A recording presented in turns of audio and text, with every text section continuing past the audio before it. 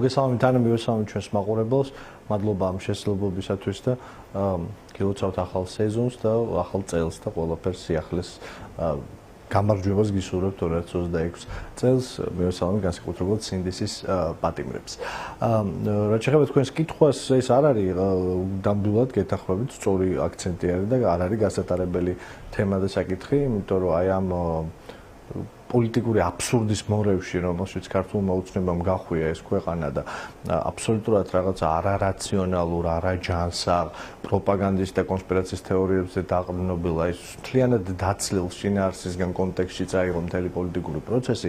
ამის პარალელურად ეს ქვეყანა და ეს საზოგადოება ვითარდება, დეგრადირდება, არ ვიცი, ბევრი რამე ხდება, მოკლედ საზოგადოებრივი პროცესი და მათ შორის ერთ-ერთი მძიმე საზოგადოებრივი პროცესი სწორედ არის აი ამ რაღაცა უკონტროლო და საშიში, საძაგელი ფორმის ძალადობის ერთგვარი პროლიფერაცია და გავრცელება. ეს გამოწვევა ქალბატონო ანა ზოგადად ცივილიზებულ სამყაროში ძალიან ევროპული სახელმწიფოების მაგალითების მოყვანა შეიძლება ეხა არავის უნდა ეგონოს რომ მარტო აქ შეერთებულ შტატებში თუ ევროპის ქვეყნებში მათ შორის კი ბატონო არა, ნუ ეხლა რა თქმა უნდა ის არის, მაგრამ შეხედეთ არსებობს ორი მიდგომა ამ საკითხისადმი. არსებობს მიდგომა, რომელიც არსებობს ევროპაში და შეერთებულ შტატებში, რომელიც არის ასეთ ჯგუფების განეიტრალების, კონტროლის, აღრიცხვის და მათთან ბრძოლის მიდგომა და არსებობს ისეთი მიდგომა, როგორც აქვს ჩვენდამი მტრულად განწყობილ რუსეთის ფედერაციას, სადაც ასეთი ჯგუფები, ხა სკინჰედების ჯგუფების სიახლე არ არის განსაკუთრებით იმ ქართველებისთვის, რომელიც ერთხელ მაინცაა მოსკოვში ნამყოფი 90-იან წლების მერე დღევანდელ დღემდე სკინჰედური მოძრაობები, ეს რაღაცა თეთრი სუპრემაცისტები, ფაშისტები, ნეონაცისტები, ეს რაღაცა სოციალური ნაგავი, სადაც რუსეთშია ინსტრუმენტალიზებული არის ხელისუფლების მიერ, ხო, ამ რეჟიმის მიერ ინსტრუმენტალიზებული არის და რუსეთში შიგნით მყოფი ეთნიკური უმცირესობების ერთგვარი კონტროლის და მათზე ძალადობის მექანიზმი არის და დაჭირდათ თუ არა გახსოვთ შაშანდელი მოვლენები აზერბაიჯანის სათვისტომოს ხელმძღვანელი მე მგონი ერთ-ერთ რუსულ ქალაქში, რომელიც მოწყალოდ ცემეს ასეთმა ამათმა მეგობრებმა. ჩვენ საზოგადოებაში ამ ყველაფერს აი ამ ზოგად ტენდენციას ემატება ის ძალადობის ბანალიზება, რა ძალადობის ბანალიზებასაც ჩვენ ვხედავთ უკანასკნელი 1-2 წელია საქართველოში ქართული ოცნების პირობებში, როდესაც ძალადობა დაუსჯელია, როდესაც ადამიანებზე თავდასხმები, რომლებიც მრავლად მოხდა, უმოწყალოცემა დაუსჯელი იყო პოლიტიკური ნიშნით და აქაც ეს ხალხი პოლიტიკურ ნიშანს ხედავს. კატასტროფული მაჩვენებელია უამრავი სრულწლოვანია, როგორც ვიცი, დაკავებულებს შორის. ნარჩენილა არ მივესალმოს ეს ხალხის დაკავებას. აქედან 10 არასრულწლოვანი. სხვათა შორის ანუ ორნაწილიანი ამბავია, როგორც ჩანს, იმიტომ რომ სირაძე უყვებოდა, რომ დაჯგუფების ორი ლიდერი იხდისო სასჯელს, 10 წლამდე პატიმრობით ისჯება, როგორც ცნობილია ეს, თუ სწორად გავიგე, და უკვე ეხლა დაკავებულია დაჯგუფების კიდევ 7 წევრი, რომლებიც აგრძელებდნენ ძალადობას. მე ვიცოდი, რომ არასრულწლოვანები ზოგადად პრობლემური ამბავი იყო და მივხვდი, სორი, არასრულწლოვანი თუ არის სრულწლოვანი, აქ ლაპარაკი ძალიან მძიმე რაღაცაზე არის. აქ არის ეთნიკური, რელიგიური, სხვადასხვა ნიშნით, სხვადასხვა დისკრიმინაციული ნიშნით, რომელსაც ჩვენი კონსტიტუცია იცავს, სხვადასხვა დისკრიმინაციული ნიშნით ადამიანებზე ძალადობა, მათი მორალური განადგურება, იცით რომ აქ ლაპარაკი არის ვიდეოებზე, ლაპარაკი ამ ვიდეოებში, TikTok-ში და სხვა სოციალურ ქსელებში გავრცელებაზე, ეს არის კატასტროფული ამბავი, ეს ეხება ჩვენ მომავალ თაობას, ეს ეხება ჩვენს თაობებს, ახალგაზრდებს, რომლებიც ვითარდებიან ქვეყანაში, არავისთვის ეს ახალი არ არის საქართველოში, მულტიკულტურულ, მულტიეთნიკურ ქვეყანაში, სადაც აი ეს რაღაცა აბსოლუტურად მიუღებელია ჩვენი საზოგადოებისთვის, აი ეს სარჩული, როგორც ზოგადად ძალადობა მიუღებელი, მაგრამ ამ სარჩულით რაიმე პოლიტიკური ნიშნით დევნა არის მიუღებული, არათუ ადამიანების ამ ნიშნით უმოწყალოდ ცემა, ამიტომ ძალიან საშიში ამბავია და ამ ამბავთან ბრძოლა არის ამის გავრცელება ცოტა წარმოუდგენელი მგონია თაზო, თუმცა ნამდვილად საყურადღებო საკითხია, არაჯანსაღია, მაგრამ ხო ხედავთ, მე არ მეგონა რომ ასეთ რაღაცას ხდებოდა, მაგრამ ხდება. დიახ. ძალიან საყურადღებოა, მაგრამ კიდევ ერთხელ ვიტყვი, მე ვერ განვაყენებ. ხო, იმის რაღაც ჩვენს მე ხა დაიჭირა ვერ გავწევ ამ ვითარებიდან იმ პასუხისმგებლობას, როგორი პასუხისმგებლობაც ასეთ ვითარებაში აქვს ხოლმე სახელმწიფოებს და ხელისუფლებებს. ხელისუფლების ბრალია, რა თქმა უნდა, ასეთი მოძრაობების განვითარება ამ ქვეყანაში. ხელისუფლების ბრალია, ჩემო ძვირფასებო, ძალადობის სახალისება და ძალადობის სახალისებას ჩვენ ვხედავთ აქტიურად ამ ქვეყანაში. ძალადობის სახალისება ჩვეულებრივი ამბავი გახდა. სახელმწიფო თანამდებობის პირები, პოლიტიკური თანამდებობის პირები სახალხოდ მოუწოდებდნენ რაღაცა ნიშნით ჩვენი გალახვისკენ, ჩვენი განადგურებისკენ, ფიზიკური სხვებისკენ ძალადობის ისეთი ბანალიზება მოხდა ამ ქვეყანაში, რომელიც ძალიან საშიშია. ყველაჯერზე უნდა მარტო 5 ივლისი რა დღის და მე მთელი ის პროცესები, არ ვიცი. ძალადობის ეპიცენტრიდან მოძალადეები გაყავდათ და ადგილზე რჩებოდნენ ნაცემი პირები, ეს ათეულობით ჟურნალისტები საუბარი თავის დროზე. არავინ არ დაუსჯერა სინამდვილეში გარდა რამოდენიმე ოდიოზური ფიგურისა. არავინ არ დაუსჯერა 350 ადამიანის წამების, უმოწყალო წამების გამო შინაგან საქმეთა სამინისტროს მიერ არავინ არ დასჯილა. არავინ არ დასჯილა დიმა ჩიქოვანის, გია ჯაფარიძის, სხვების ცემის ფაქტზე. არავინ არ დასჯილა. აი ამ რაღაცა ბოროტ თავდასხმებზე, რომელსაც პოლიტიკური სარჩული ქონდა. არავინ არ ისჯება ამის გამო. ამის პარალელურად მძლავრობს ქურდული სუბკულტურა ამ ქვეყანაში. გააქტიურდა ეს სუბკულტურა, თქვენ ხედავთ რაღაც შეკვეთილ მკვლელობებს და ათასუბედურებას, რომელთანაც აგრეთვე თანამდებობის პირებს და სახელმწიფო პირებს ჰქონდათ ურთიერთობა აღმოვაჩინეთ თურმე, რომელიც გუშინ იყვნენ ბურჯები ქართული ოცნების და რაღაცა თითქოს პატრიოტი ლიდერები, ფარცხალაძეს და მსგავს არარაობებს გულისხმობ. აი ეს ხალხი, ამ ხალხზე აღმოცენდა ეს ამბები. ამათზე აღმოცენდა 5 ივლისის აღვირახსნილობაზე აღმოცენდა, ქოცობაზე აღმოცენდა. შორის ჯანგველაძის მკვლელობის საქმეც მიმდინარეა თაზო იცით თქვენ საქალაქო სასამართლოში და ზუსტად ამ საქმის აღწერისას არაერთი ჩვენი რესპონდენტი ამბობდა, რომ ეს არის ძალიან მნიშვნელოვანი საქმე იმ კუთხით, თუ რა ძალისხმევის გაწევის შედეგად მივიდა საქმე თუნდაც გახსნამდე, ხო? ანუ შეიცვალა პროკურორი, მთელი ამბები მოხდა და რაღაც ამას დაერთო გარკვეულწილად ნება, რომელმაც თუ არ ვცდები, ბოლო პერიოდში ერთადერთი შეკვეთილი მკვლელობის საქმე არის საქართველოს უახლეს ისტორიაში, რომელიც გახსნილად გამოცხადდა და ამაზე ჩვენ ხშირად გვისაუბრია. თაზო, ეხლა გადავიდეთ ღარიბაშვილზე და მის დასჯის მიზეზზე. მაგ ადამიანებს, ბოდიში, აი ამაზე ერთ კომენტარს გავაკეთებ, იმ ადამიანებს, ვინც ეხა ამ საქმეში ბრალდებულები არიან, მე არ მინდა არავის ხელაღებით ვილაპარაკო, რომ დამნაშავეები არიან, ბრალდებულები არიან, ფარცხალაძე და სხვები და სხვები გვარები არის.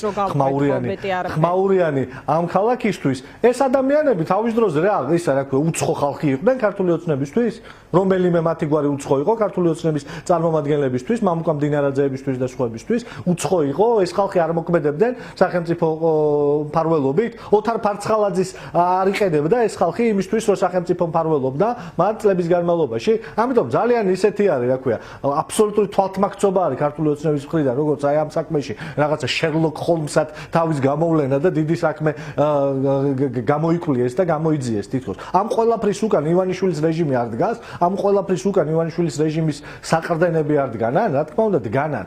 ამიტომ რაღაცა ეს მათი მხრიდან ეს შეცხადება და ნიანგის წრემლები ძალიან ყველასთვის ასაცილოა უკვე ამ ქვეყანაში პატარა ბავშვებისთვის არის ასაცილო. თაზო, ღარიბაშვილი ვახსენე და ძალიან ბევრ ადამიანს ეჭვეპარება იმაში, რომ აი ეს დაუდეკლარირებელი თანხები იყო ის საფუძველი, რომელსაც მოყვა მერე ღარიბაშვილის რეპუტაციული განადგურება, ხო? და ამასთან დაკავშირებით გამოვლენილი ივანიშვილის ნება, იმიტომ რომ თქვათ ამ მასშტაბის ფიგურაზე, როგორც ღარიბაშვილი იყო ქართული ოცნებისთვის, ამგვარი გადაწყვეტილება ის საჯაროდ ამოღებული თანხები თუ ასე შემდეგ სხვანაირად ვერ მოხდებოდა. აი თქვენ რას ფიქრობთ იმ ვერსიაზე, რაზეც ჩაიშმელაშვილმა ილაპარაკა ინგა გრიგოლიას რეაქციაში და რამდენად სარწმუნოა, რომ ამგვარი საფუძვლები გაცილებით უფრო რეალისტურია რომ იყოს, ვიდრე ფულის მოპარვა კონკრეტულად ივანიშვილის და ამ პირების ურთიერთობაში, ხო? ამგვარი გადაწყვეტილების. ანა, დიდი პატივისცემი თქვენ და მე და ყველასადმი ვინც სადღაც ეს გაჟღერდა, რა ვიცი, მე შაიშმელაშვილივით არ ვაპირებ აქ რომ რაღაცა ისეთ რაღაცები თქვა, რაზეც მე არ მაქვს არავითარი ცოდნა და არ მგონია სერიოზული და არც ჩემი საქმე არ მგონია ეხლა რომ შაიშმელაშვილმა რაც თქვა აკომენტაროს, მე ჩემი დამოკიდებულება მაქვს ამ საკითხისადმი და ცალსახად დაუცლოდ გეტყვით ამ დამოკიდებულებას. იმ ნაწილში ჩვენ აუცილებლად თანხმდებით, რომ რა თქმა უნდა აქ არავითარი ფულის ლეგალიზებაზე არ არის ლაპარაკი, თორე არ ვიცი, არ მახსოვს ეხლა ზუსტად შევწდები, მაგრამ ან ნოდარ მელაძის შაბათში მაქვს ნახე. აი ეს კონკრეტული кейსი, აი ღვინის კომპანიის ამბავი. ან ნოდარ მელაძის შაბათში მაქვს ნანახი, ამ ფორმულას შაბათში ბატონ ქაშიაშვილთან, რომელიღაცაში ეს კონკრეტულად ეს кейსი იყო წლების წინ. მე მგონი 2 წლის წინ იყო. ლაპარაკი აი კონკრეტულ кейსზე, კაცო ღვინის კომპანიაზე, რომლითაც რაღაცა ფულს ჩარხავდნენ. ღარიბაშვილების ოჯახი კაკაშა და შმაკაშა და ვიღაცა ხალხი ხსენება. თუ ვინმეს ინტერესი ქონდა, რომ რეალურად კორუფციული ამბავი გამოეძიათ. ხო, მაშინ გამოიძიებდა ამას 2 წლის წინ. როცა ბოდიში ჟარგონში გაბაზრებული ამბავია ეს. ეს ღვინის ამბები და აქედან რო ფული კეთდებოდა დედოფლის წყაროში და ეს ხო ყველა მიცოდა. ეს ხო გავრცელებული ინფორმაცია იყო. თუ ვინმე ღარიბაშვილის კორუფციულ საქმეზე რეაგირება უნდა და ხო, პირველი ექსკლუზიური გამოძიება სხვათა შორის რომელიც შაბათის ეთერმა ხო, სწორად მახსოვს, არ მინდოდა რომ არ მინდოდა ესეთ რამე მეთქვა რა ზუსტად არ ახსოვდა, მაგრამ ხო, ესე იგი სწორად მახსოვდა, უფრო შაბათის ნოდრამალ შაბათისკენ ვიხრებოდი რომ იქ მაქვს ეს გაგონილი. ექსკლუზივი იყო. ვინმეს რა არ იყო საკმარისი მტკიცებულება იმ გამოძიებაში? ყველაფერი იყო, რაც ეხლა პროცესი არის, ყველაფერი იყო იმ გამოძიებაში. ან ვინმეს თუ რეალურად კორუფციასთან ბრძოლა უნდა და რომელზეც ეხლა არ მინდა კიდევ გავიმეორო, რამდენს ვლაპარაკობდით. ჩემი კოლეგები პარლამენტში, ჩვენი კოლეგები ლევან ხაბეიშვილი იქნებოდა, ანა ნაცრუშვილი იქნებოდა, საბა ბუაძე იქნებოდა, მე ვიქნებოდი. რამდენი ბრიფინგი გვაქვს გამართული, რამდენი გამოსვლა პარლამენტში, რამდენჯერ ვთქვით იმის შესახებ, რომ ეს არის ერთ-ერთი ყველაზე საძაგელი ადამიანი საქართველოში კორუფციის თვალსაზრისით არუით საბჭოთა კავშირიდან მოყოლებული. ერთ-ერთი ყველაზე საძაგელი კორუფციონერი იყო მთელი თავისი ოჯახით, მოდგმით და დედაბუდიანა. ამას ვამბობდით 2 წლის წინ. და ეს ხალხი არ არის, ან ეხლა აი არ მინდა ეხლა შაიშმელაშვილის იმებში წავიდე. სცენარებში არ არის ჩემი საქმე კიდევ ხო ამბობ, ღმერთმა ხელი მოუმართოს რაც უნდა ის თქვა. კითხვის არსი რა იყო, იცით რომ არის რასაც გვიყვებიან, არის რასაც ეს თქვენი ზოგადად ბევრი მის ნათქვამზე. ხო, კი ბატონო, რა ცხადია ეს თქვენი არჩევანია.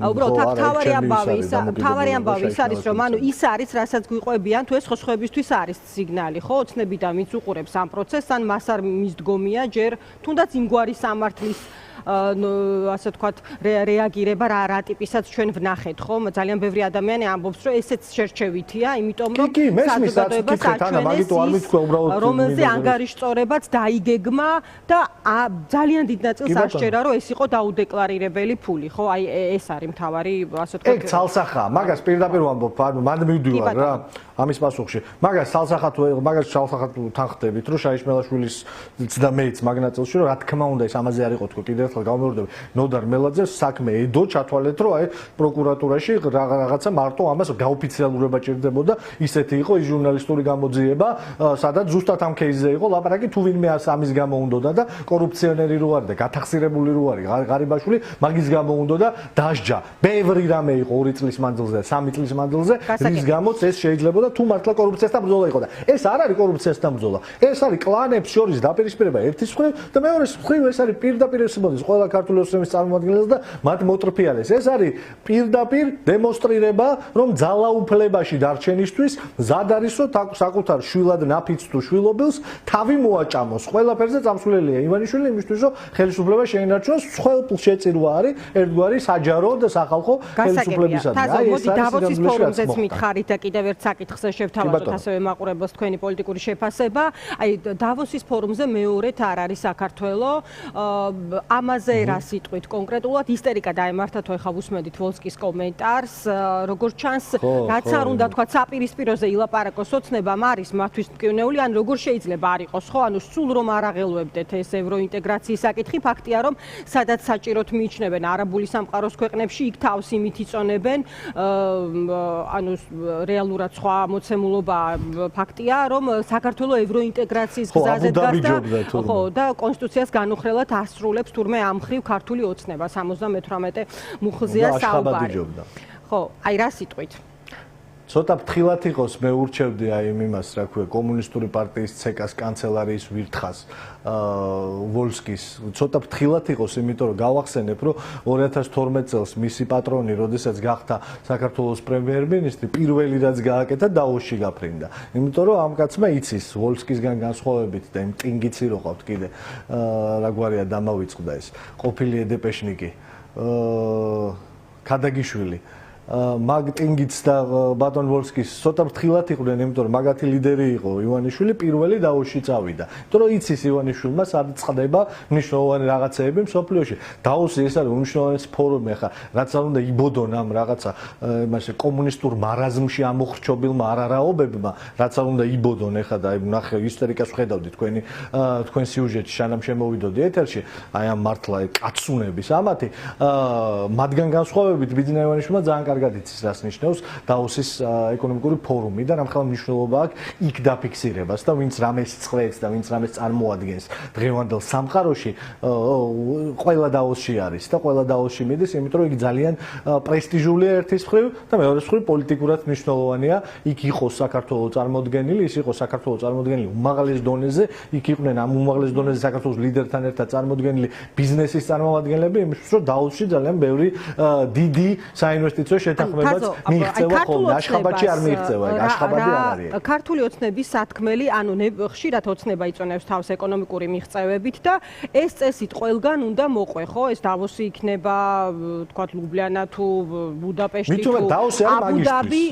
აბუ-დაბი, ყველგან შეგიძლია თამამად ილაპარაკო, როგორი მიღწევები გაქვს, მაგრამ აი იქ, თქვათ, კითხვის ნიშნების შემცველი იქნებოდა, თქვათ, მისი საუბარი ამ საკითხზე ადგილზე, იგივე შეფერხებული ევროინტეგრაციის კონტექსტში, ანუ ერთი და იგივე გზავნილი შეიძლებოდა ქონოდა, აი რომც ყოფილიყო პირობითად და სხვა სურათი გვენახა. სხვა სათქმელი აქვს კობახიძეს აბუ-დაბიში, იქ გარკვეულწილად ბალანსი ჭერს და აი რა არის სასაუბრო და სალაპარაკო, თქვათ, იმ ტიპის ლიდერებთან, რომლებიც ყოველ წელს მიდიან დავოსში და იქ ძალიან დიდი კავშირები მყარდება შემდეგ წლების მანძილზე. გოიმური აფერისტობა. აი ეს გოიმური აფერისტობა, რითიც აბუ-დაბიში იყო დაკავებული. მე არ ვიცი, არ მინდა შეურაცხყოფა მივაყენო, ვინმეს არ ვიცი რა ფორუმია, სიმართლე გითხრა, არაფერს არ წარმოგვიჩენს ჩემი გადმოსახედიდან. ის იქაური ფორუმი, რა ვიცი, ხა ეგ ტყუილა ეგეთი მილია, აშხაბადშიც ეგ არის და ეგეთებზე დადიან, ხან ინდოეთში დადიან და ხან რაღაცა არ ვიცი მე კიდე რაღაც უცნაურ შეკრებებზე დადიან. არა, შეხვედრაც ქონდა იქ, ანუ შეიძლება სულ არ არის ხელწამოსაკრავი ამბავი და ყოფილა დარწმუნებული, მაგიტომ ამბობ, რომ არ მინდა შეურაცხყოფა მივაყენო თქო. რომ ქვეყანა ამ გზაზეა და ყველაფერი სრულდება. დიახ, გისმენთ. მაგიტომ ამბობ ანა რომ არ მინდა შეურაცხყოფა მივაყენო, მაგრამ ის რაღაცა გოიმური პათოლოგიური აფერისტობა, რაც იქ გამოვიდა, ხო, ეხლა რაღაცა უკიფარი ტყუილის არ თვალებში უყურებდა და რავი, რასაც აფუძნებენ აქ და რაზეც დააშენეს მთელი თავის ძალაუფლება, იმის აბსოლუტური საპირისპირო გამოვიდა და იძახა უკიფრად იქ და იტყუა მთელი სამყაროს თვალწინ, რომ აი ჩვენო ევროპისკენ მივდივართო. ესეთი ფინანსობა დაოსის ეკონომიკურ ფორუმზე არ გაუვა. რა თქმა უნდა, იქ კრიტიკური აზრი დახტება. რა თქმა უნდა, იქ ბევრი კრიტიკული თავისუფალი ინსტიტუციური მედია დაუსვავს ბევრ კრიტიკულ კითხვას და იმის არიდება იმაზე პასუხი არა აქვს. იქ რო სერიოზულად კითხავენ, დეტალებში ჩაეძიებიან ეხლა რაღაცა ამ ეკონომიკაში რო ოროსანი არის და რაღაცა მათემატიკასთან ძალიან მწყნარად რო არის ბატონი კობახიძე, ეგ ბევრჯერ გამოავლინა თავის გამოსვლებში და თავის ნათქვამებში, რომ აი ოფიციალური ის არის, რა ქვია, უცოდინარია მაგნატო. შესაბამისად, იქ სათქმელი არაფერი არა აქვს. იქ ვერ მოიტყუება დაოსში, ხალბატონოენა, რომ Eagle Hills-ის უძრავი ქონების პროექტი, რომელიც რაღაცა ნახევრად თაღლითური სქემა არის აღმოსავლეთ ევროპის ქვეყნებში ამ რაღაცა იმისი, რა ქვია, Eagle Hills-ის, ეს არის ქვეყნის ეკონომიკის გაჯანსაღების ერთადერთი გზა და რეალური გზა და თურმე GDP გაიზრდება ამის ხარჯზე და ქვეყანა აყვავდება და მართლა 6 მილიარდიანი ინვესტიცია. ამას ვერ მოატყუებს დაოსში. ვერავის ვერ მოატყუებს დაოსში, იმედით არ ოპერირებს, გაიგე? იქ ვერ გაიტანს ამას. ამიტომ იქ არ უნდა ამაზე ლაპარაკი. რომც უნდოდეს, იქ არავინ აღარ ეპატიჟება, იმიტომ რომ მას არარაობად თვლიან. კიდევ ერთხელ შევახსენებ ჩვენ მაყურებელს, სულ ამას ვიმეორებ. ნახეთ რა ხდება სომხეთში, ნახეთ არარატ მირზოიანის და მარკო რუბიოს შეთანხმება, რომელიც ვაჭრებს გამოქვეყნდა. ჩვენ Eagle Hills-ის კონტრაქტი ვერ გამოვაქვეყნებიათ ამ უღმერთოებს, ამ მართლა ოროსნებს და ნოლებს. Eagle Hills-ის იმაზე გვეუბნებიან ხელშეკრულებაზე, ისო კომპიდენციალურია, იმიტომ რომ შიგნით იქ რაღაც კომერციული საიდუმლოდესო, იხილეთ უბრალოდ შეთანხმება, რომელიც შეერთებულ შტატებმა და სომხეთმა დადეს ამ ზანგეზურის დერეფანთან დაკავშირებით თუ ტიპის დერეფანთან დაკავშირებით არ გამოიყენო ესენი თხოვეს ჩემმა კოლეგებმა ზანგეზურიო რამდენი დეტალია ზუსტი მართვის სქემა და კორპორატიული მართლობის მოდელი და ყველაფერი გაშლილია და სომხეთი აქ არის ამ გზას დაადგა სომხეთი სხვადასხვა მალე ეხა უვიზო რეჟიმისთვის დაიწყებს მომზადებას და ძალიან მალე ექნება უვიზო რეჟიმი და ჩვენ გვართმევენ უვიზო რეჟიმს სომხეთი და აზერბაიჯანი შეერთებულ შტატებთან დაალაგდნენ და რუსული მარწუხებისგან განთავისუფლდნენ და ჩვენ რუსულ ჭაობში გვძირავს აი ეს ვოლსკისნაირი ცოცხალ მკვდარი არსებები და იქითკენ მიგვაქანებენ და ამაზე გვეუბნებიან მართალიაო და ეგ დაოში არ ჭრის არა კორექტულობის ფარგლებში შეისაძლოა გასაგები იყოს თქვენი სიცხარე მაგრამ მაინც მოგიწოდებდით კარგით ეხლა ერთი ბოლო საკითხი რაზეც მინდა რომ მოვისმინოთ თქვენი შეფასება ეს არის შეწყალების საკითხი თაზო ამაზე რას მეტყვით იმიტომ რომ შესაძლოა თუ არა ეს იყოს განხილული ოცნებისგან რაღაც აი დაძაბულობის შემცირების შესაძლებლობად ან აი გნებავთ პირველ ნაბიჯად არ ვიცი აი როგორ ფიქრობთ არის თუ არა ამის შანსი და შეიძლება თუ არა რომ ჩვენ ეს ვნახოთ და შეუძლია თუ არა რომ ოცნებას ამ ნიშნით გადადგას ეს ნაბიჯი კი ბატონო მნიშვნელოვანი კითხვაა და ძალიან მოკლე და კონკრეტული ვიქნები ჩემთვის ყველა ის ადამიანი ვისაც თქვენი გადაცემის დასაწყისში მივესალმე ვისაც სინდისის პატიმრად მოიხსენიებთ და ვინც ეხა საპატიმროში ზის აბსოლუტურად მოგონილი მუხლებით აბსოლუტურად ტყუილა უკვე წელიწადზე მეტია და კიდევ უფრო დიდი ხანია რამოდენიმე ეს ადამიანები ზიან ციხეში სრულიად უსამართლოდ სრულიად და უდანაშაულოდ მარტო იმიტომ რომ იყვნენ ანტი ივანიშვილის პროტესტის ნაწილი, ანტიოცნების პროტესტის ნაწილი, ყველა ეს ადამიანი უნდა იყოს თავისუფალი. ყველა ეს ადამიანი, ყველა ამ ადამიანის გატარებული დღე, საათი და წუთი ციხეში არის ტრაგედია, შეცდომა, გამოუსწორებელი შეცდომა ქართული სახელმწიფოებრიობის ისტორიაში და ეს ადამიანები იქ არ უნდა იჯდნენ. შესაბამისად, რა მალეც გადაიჭრება, რა ფორმით არ უნდა იყოს ეს, შეწყალებით თუ სხვა ფორმით, არ ვიცი, ჩემთვის ნებისმიერ ფორმა მისაღებია. რა რომ ეს ადამიანები ბღარეთ იყვნენ, უპირობოდ, პირდაპირ ვამბობ. ყველანაირი რაღაცა პირობის, აქ რაღაცა კიდე ერთხელ ვამბობ, ამ რაღაცა ბინძური შეფუთვების და იმეების გარეშე რომ ვიღაცა მოინანიოს, რა უნდა მოინანიოს, რაც არ გაუკეთებია. რა უნდა მოინანიოს, რაც არ გაუკეთებია. ყველანაირი ამ წინა პირობების და რაღაცა დათქმების გარეშე ყველა ეს ადამიანი უნდა იყოს თავისუფალი. შესაბამისად, მივესალმები ყველა ფორმას მათი განთავისუფლების უპირობოდ საპატიმროებიდან, იმიტომ რომ არც ერთი წუთი არ უნდა გაეტარებინათ ციხეში. ანდრო ჭიჭინაძეს, ვეფხია კასრაძეს, კაძელაშვილს, ცეცხლაძეს და სხვებს და სხვებს. არც ერთი წუთი არ უნდა გაეტარებინათ ციხეში. როგორც უდანაშაულოდ ზიან პოლიტიკური ლიდერები ამ ქვეყნის ეხა ციხეში და udanašaulus ასჯელებს, udanašaulot იხდიან სასჯელებს. ისინი არ უნდა იჯდნენ ციხეში. არავინ ეს ხალხი არ უნდა იჯდეს ციხეში, შესაბამისად. მე შეიძლება იყოს აი ამ რთულ ვითარებაზე, ვთქვათ, იმ დაძაბულობაზე, რომელიც არის და არ განმუხტულა, ხო, ამ დროისთვის ჩვენ ყოველდღიურად ხედავთ შეკრებებს, დემონსტრაციებს, სხვადასხვა თარიღებში. ხელისუფლებას შეუძლია, რომ აი რაღაც პირველი ნაბიჯი, პირველი იქნება თუ მეორე, არ ვიცი რა ნიშნით, როგორ შეიძლება დაინომროს, იქამდე არ ვიცი რა გაუკეთებია ამ კუთხით, გადადგას. და უნდა გააცნობიეროს თუ არა ეს როლი, რომელიც მას აქვს ამ პროცესში, ამას გეკითხებით. მესმის და ძალიან სწორი კითხვაა, ანა მე არ ვიტყვი ხა იმას, ნამდვილად არ ვაპირებ თქვა ის გაითიშა ეს არა ქვია ხმა, მაგრამ ამას ვიტყვი მაინც ნამდვილად არ ვაპირებ, ნამდვილად რომ თქვა რომ არ ექნება ამას გავლენა. რა თქმა უნდა, ამას გავლენა ექნება. რა თქმა უნდა, გავლენა ექნება პროცესებზე. იმას რომ ამ ადამიანებს გამოუშვებენ. მაგრამ როგორი გავლენა ექნება, ამას ვერ ვიტყვი. ხა ეს რაღაცა ნორმალიზებას გამოიწვევს, არა, რა თქმა უნდა. ეს ერთი რაღაცა სამწუხაროდ ამ უბედურების მორევში, რომელიც ქართულმა ოცნება დაატრიალა, ზღვაში წვეთია.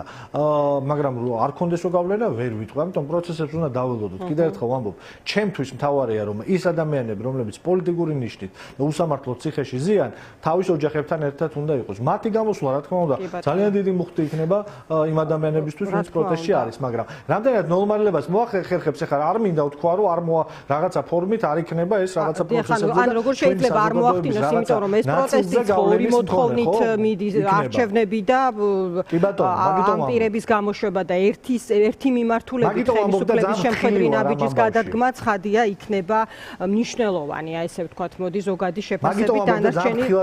მადლობა.